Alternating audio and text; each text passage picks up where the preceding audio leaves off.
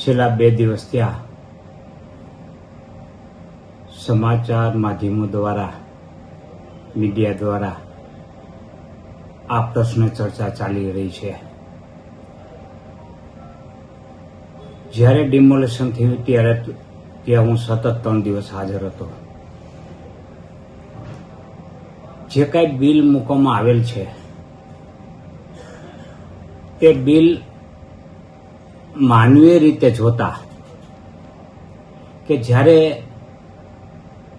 સ્થાનિક પ્રજા પોતાનો આશિયાનો તૂટી રહી હોવાથી દુઃખ અનુભવતી હતી, ચીસો રાડો ચીચિયારી પાડી રહી હતી, રોઈ રહી હતી, એવા સંજોગોની અંદર કાજુ કતરી જેવી મીઠાઈઓ, ખજૂર રોલ, સમોસા, આની મેજબાની શું યોગ્ય હતી?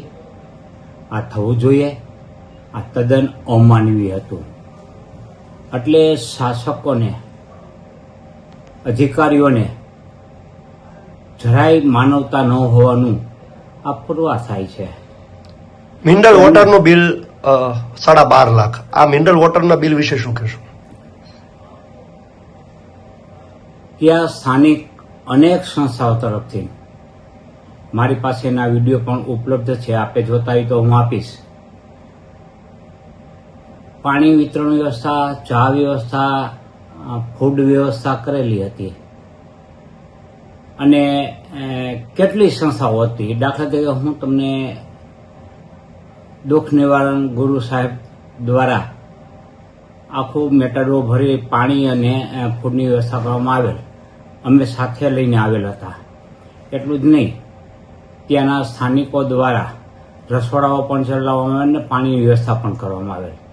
તેમજ ભાવનગરની SS ગ્રુપ છે, તેઓએ પણ વ્યવસ્થા કરીને, ખાસ કરીને બોલબાલા ટ્રસ્ટ છે, એ રોજ ફૂડની લારીઓ લઈ અને વિતરણ કરતા હતા.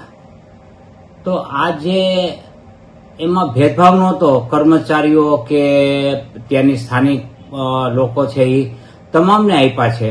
વિડીયો છે આપણી પાસે. તેમ છતાં આવું જબરજસ્ત બિલ શા માટે?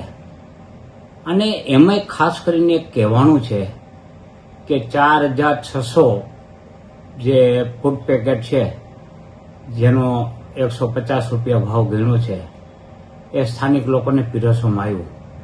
પણ આપ જોઈને તપાસ કરો, ત્યાં એક પણ ફૂડ પેકેટ, પ્રેમવતીનું જે કહેવાય છે, એક પણ ફૂડ પેકેટ સ્થાનિકોને આપવામાં આવ્યું નથી.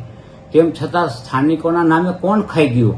15 રૂપિયાની અડધી ચાના 21 રૂપિયા બિલમાં દર્શાવ્યા છે. આરાધના ટી સ્ટોલ, આને કઈ રીતે જુઓ છો આપ? આ પણ ચાની વ્યવસ્થા સ્થાનિક તંત્ર અને NGO કરેલી હતી. તેમ છતાં આવડા મોટા બિલ એ ચોક્કસ શંકાસ્પદ છે અને આની તપાસ થવી જોઈએ. અને આ જે કોઈ આને ભ્રષ્ટાચાર આચરો હોય તેની ઉપર કડક પગલાં લેવા જોઈએ.